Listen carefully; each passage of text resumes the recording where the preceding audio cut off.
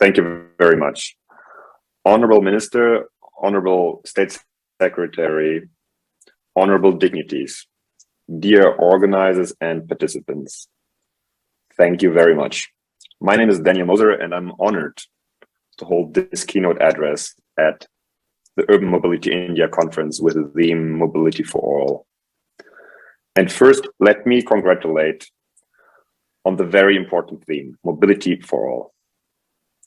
Social cohesion and mobility for all is a topic which cannot be understated as the world is moving through and out of the pandemic.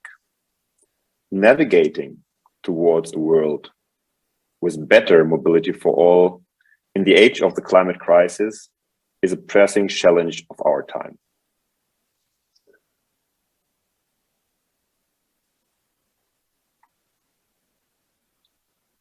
As part of our strategies, we can think of transportation primarily in its function to provide access. Access to food, access to jobs, access to education, goods and services, access to social interaction. And it's important to stress here the nexus between cities and mobilities. Cities themselves primarily exist for the purpose of providing access and enabling people to interact. And if we look at cities and the development of cities in the last 70 years, we can detect the strong influence of cars after the Second World War and over the course of the 1950s to the 1980s. Cars strongly affect the development of cities globally. And you can see this on the picture of the highway above, how the highway is pushing the city to the fringes and it's becoming a centerpiece of the city himself. So the provision of access is monopolized, distances increase. This means energy input explodes, and alternative modes of transport, such as cycling and walking or public transport, become stigmatized, thus creating a vicious cycle of car dependence, where the car is increasingly becoming the monopolized mode of transport. And if we look at urban development globally, and you can see a picture of the suburbs of Mexico City above, you do see that urban development around the world is going faster and faster.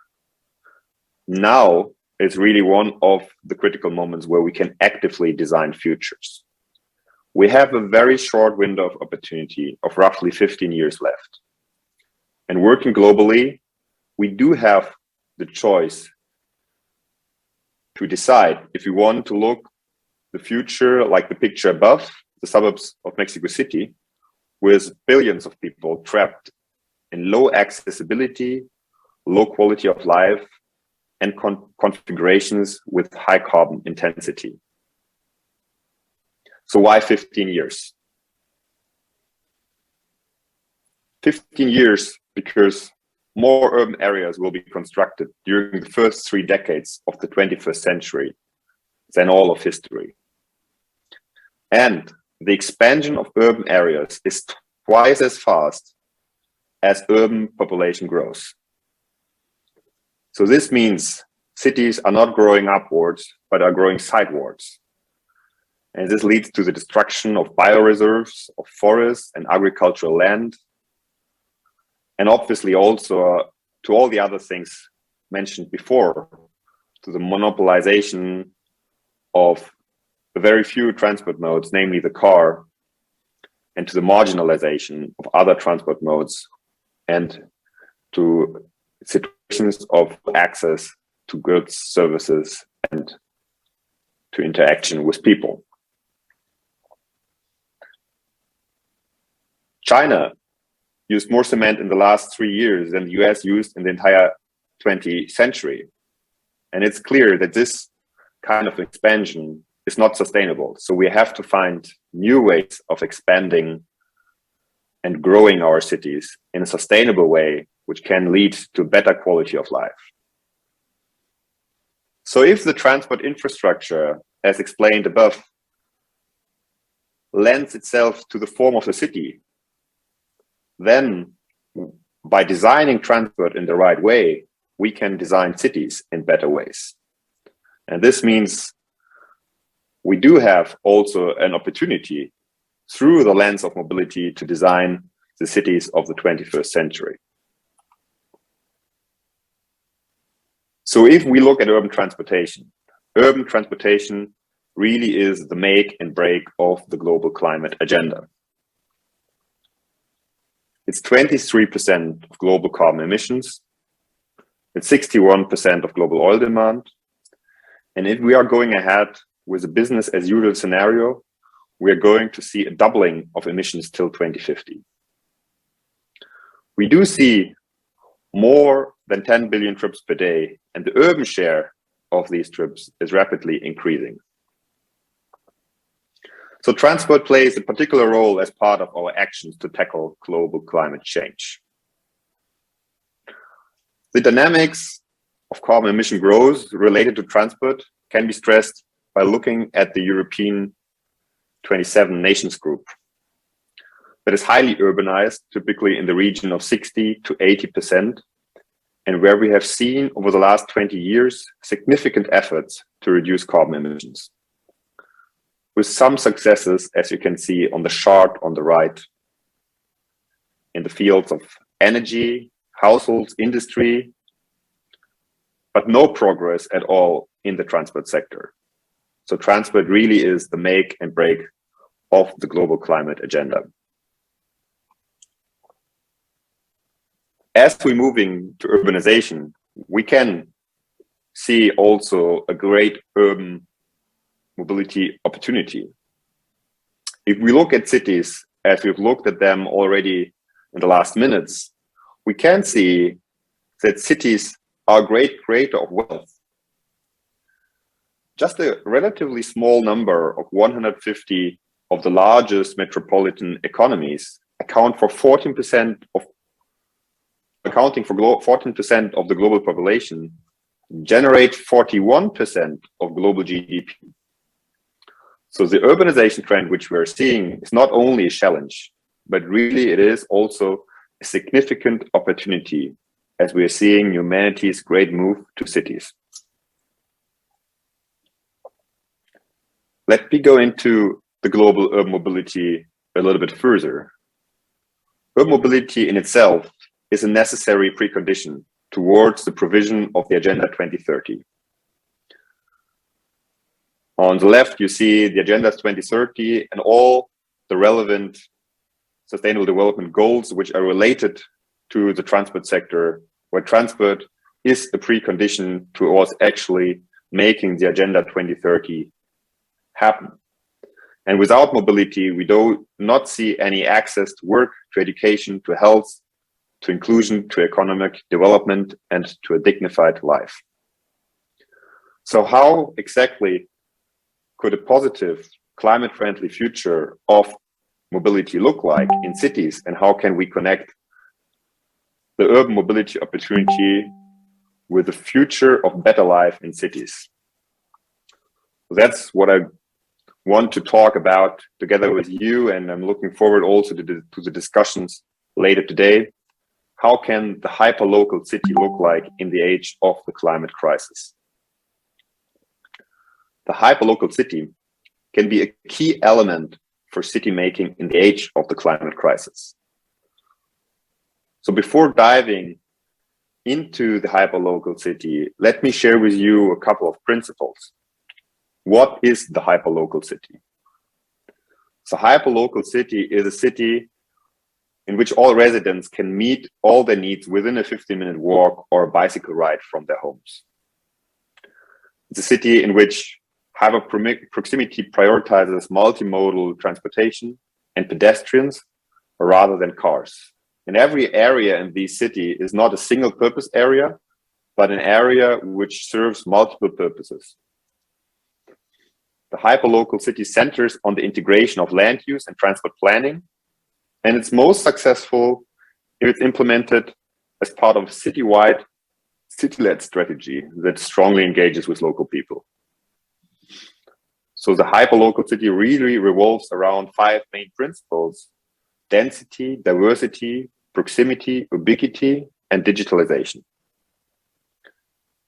The concept is originating from the French Colombian academic Carlos Moreno. And the core proposal is what he called the 15-minute city, is that urban space should be designed so that residents are able to meet all their daily needs within a short 15-minute walk or cycle from their home. So this intra-urban localization, that you try to build neighborhoods which enable the population of that neighborhood to do everything which is needed in their everyday life just by a short walk, is really quite attractive.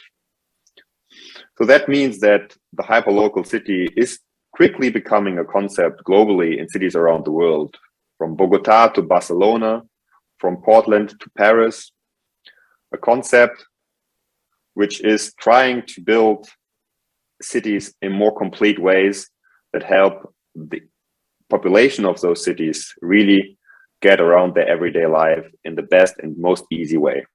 So let me show you how this can look like. When we look at the 5 pillars of a hyperlocal minute city, we see the different aspects. So the density, the diversity, the proximity, the ubiquity, and the digitalization. So all of these elements go together in the hyperlocal city and create a hyperlocal neighborhood. So the density refers to the number of people per square kilometer, the diversity towards the mixed use of the neighborhood, the healthy mix between residential, commercial, entertainment, culture, and people. The proximity towards the little time people spend to travel and the time people actually do have at their destinations. The ubiquity, which means that the neighborhoods are available and affordable, and the digitalization, which allows people to work from home and support digital tools necessary for online payments, but also to use urban services such as bike sharing or other urban services. If we dive a little bit deeper in the features of a hyperlocal neighborhood, we do see quite a set of features that define a neighborhood. And this is really a nearly complete list of features in the hyperlocal neighborhood. You see the school, the lifelong learning opportunities, you see the shopping opportunities, but you do also see the local playgrounds and parks, the green streets and spaces, the community gardens, sports and recreation facilities, safety and safe streets, as well as spaces, affordable housing options, the ability to age, because everything is accessible also for people that have difficulties walking, the diversity in housing, so there's something for the different needs of the population, and the walkability, the safe cycling networks, the public transport availability, the connectedness with other parts of the city as well as the region, and obviously also the local employment opportunities. A hyperlocal neighborhood is based on a strong economy where jobs are present in the neighborhood, not only residential, but also jobs. So there are quite some examples, and I want to quickly show you a couple of examples that explain in the best way how this approach can look like. The hyperlocal and hyperproximity was a key pillar of the re-election campaign of Mayor of Paris, Anne Hidalgo, in 2020. So the approach designed by the Mayor of Paris is aimed to cut air pollution and to cut hours lost to commuting, and by this improving the quality of life of people in Paris and to help the city to achieve its plan to become carbon neutral by 2050. Paris already has, and I'm sure many of you have seen this over the last year, and the last years, massively scaled up construction of protected pedestrian and cycleways and aims to turn the city into a myriad of neighborhoods where you can find everything you need within a 15-minute walk or cycle from home.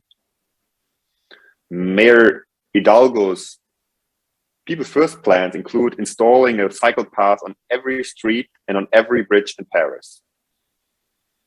And this is enabled in part by taking away on-street parking spaces to other uses, such as cycle lanes, but also increasing office space and co-working hubs in neighborhoods that lack them, expanding the uses of infrastructure and buildings outside of standard hours, and encouraging people to use their local shops and also create small parks in school playgrounds that would be open to local people outside of the school hours to combat the city's lack of public green space.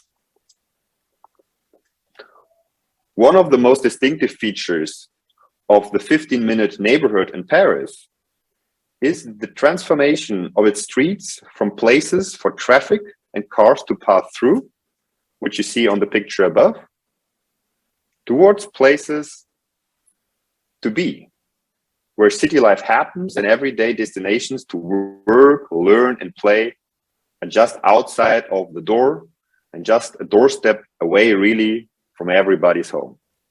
The advantage of doing so is creating nicer neighborhoods with less noise, less air pollution, and a comfortable microclimate supported by trees and green spaces. So you can see that the 15-minute city, which is being put into reality in Paris, really also is a huge effort in beautification and making the city more beautiful for its residents. I've already talked about the transportation in the 15-minute city. And to make it more clear, I want to show you the reverse traffic pyramid. So in the 15-minute city, you can see that the traffic pyramid is turned upside down. So walking and running are the key elements, as well as cycling in the 15-minute city. Then you have public transportation, which connects the different parts of the cities. You do have taxis and other modes of transports, which help to cater to more special needs. And then there's car sharing cars, which enables us to use the car in a moment when it's needed. And obviously there's also the possibility to own a car and to take a car if the car ownership is needed. Flying is really not an option in cities, but it's, I think, you can put it here for the sake of completeness, but really the 15-minute city or the hyperlocal city is based on walking and cycling. Let me show you another example of where this has been done, Barcelona. Barcelona has a system called Superblocks. You know Barcelona, and you see, when you look at it from above, the city is divided into a system of grids. And this system of grids is consisting of blocks. One of them you can see on the picture of 400 by 400 meters. And these blocks are then used, and the availability and quality of public space for leisure and community activities is improved. Already other cities around the world, such as Madrid, for example, have announced plans to adopt the approach of Barcelona in transitioning its city towards a city of hyperlocal neighborhoods to support the city's revival for after the pandemic. If you look at the Superblocks, you see a very distinct system. So 9 blocks are being taken, and these blocks create one superblock. That's what you see on the right of this picture. And in this superblock, traffic is greatly reduced. Traffic is happening outside of the superblock. And inside the superblock, the focus is on the quality of life and the interaction of people which live inside the superblock. So cycling, walking, and light modes of transport are supported inside the superblocks. while the access to the rest of the city is still readily available for everybody by going to the arteries outside and around the superblock. A similar but more extreme approach is being taken in Stockholm. The Sweden's Street Move project aims to introduce curb elements, such as what you see on the picture to the left, with possibilities for seating, possibilities to park the bike or the electric scooter, as well as green space, to every street in the nation by 2030. This initiative allows local communities to become co-architects of their own streets.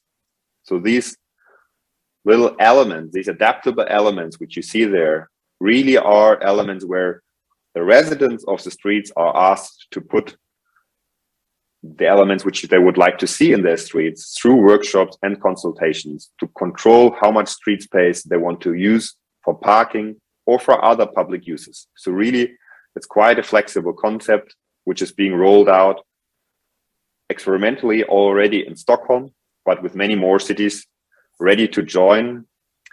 And the ultimate goal is hugely ambitious: to rethink every street in a country in just a decade, so that every street in Sweden is healthy, sustainable, and vibrant by 2030.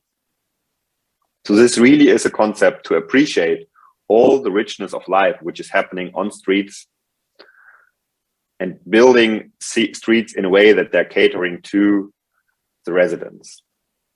This is how a transformation of a 1-minute street can look like in Sweden. This is really also a picture of how transformation towards hyperlocal neighborhoods can look like everywhere around the world. So the elements, again, are similar to the ones which we've seen earlier in Paris, with elements being taken towards a street that enable green space, that support a better microclimate, better public spaces for seating, and being able to sit outside and spend the day in interaction with the neighborhood. And this is also something which we are seeing by the fantastic ambitions in India towards the hyperlocal city and a better quality of life. The Cycles for Change work of the Ministry of Housing and Urban Affairs shows hand-on how a hyperlocal city can be created. Creating better conditions for cycling is a key element to the modern metropolis in the 21st century. And Cycle for Change is getting it right. It's great to see this work. Similar, Streets for People embodies elements of the hyperlocal city. This work by the Ministry of Housing and Urban Affairs shows that the hyperlocal city in its core is about creating public spaces and catering to different needs of society, neighborhood by neighborhood, transforming streets for higher quality of life and creating the future of urban mobility needs a strong vision and political will. Both can be seen in the Streets for People program. The street above shows the wide variety of a high quality urban street, with green spaces, opportunities for walking, shops, and residential spaces. So really a lot of elements of a hyperlocal city can be seen through the Streets for People program. Let's zoom out a little bit towards the city level, because we have talked so much about the neighborhoods. I want to show you this example from Helsinki. So what you're seeing on the left is a map of Helsinki. And you see in this map, you see the key railway corridors, the key transit corridors of Helsinki. And the idea here is to take the hyperlocal neighborhood to the city level. So working along existing high capacity transport corridors, the city is re-densifying and smartly uses the urban opportunities at hand. The concept which is pursued in Helsinki aims to allow the city to double its population within its existing boundaries by re-densifying around train stations and rail corridors, creating hyperlocal neighborhoods at places that already are connected with the city as a whole. So Helsinki 2.0 is achieving 100% population growth, while at the same time elevating quality of life. This is quite impressive if you think about it. So the basic concept of a hyperlocal city is not really a city at all. It's a connection of hyperlocal neighborhoods. Every hyperlocal neighborhood is an archipelago, and the complete connected hyperlocal city is a city where hyperlocal neighborhoods are connected with strong public transport backgrounds, thus creating a network of connected hyperlocal neighborhoods. And this really brings us back to the beginning. We heard that cities should be machines for connecting humans. The cities of the future are in our hand. We do have the opportunity to choose between the left and the right. The sprawling, unconnected city, which traps us into low accessibility, bad quality of life, or the hyperlocal connected city, which nourishes human interaction and enables a better quality of life and a better standard of wealth for everybody, really. So mobility for everybody means creating a network of hyperlocal cities on the city level. So let me close. Excuse me, Mr. Daniel. Sorry, sir. Yes. Let me close this by bringing back the key opportunities that are there to design the future of our cities, and look at these 4 elements again. So the city in which all residents can meet their needs, the city that prioritize multimodal transportation, the integration of land use and transport planning, and the main principles: density, diversity, proximity, ubiquity, and digitalization. Let me also thank, at last, the Federal Ministry of Economic Development for the support in creating the Transformative Urban Mobility Initiative, and thank again, dear Honorable Minister, Honorable State Secretary, Honorable dignitaries, dear organizers and participants. Thank you very much for setting up this exciting conference. I'm looking forward to the rest of the program.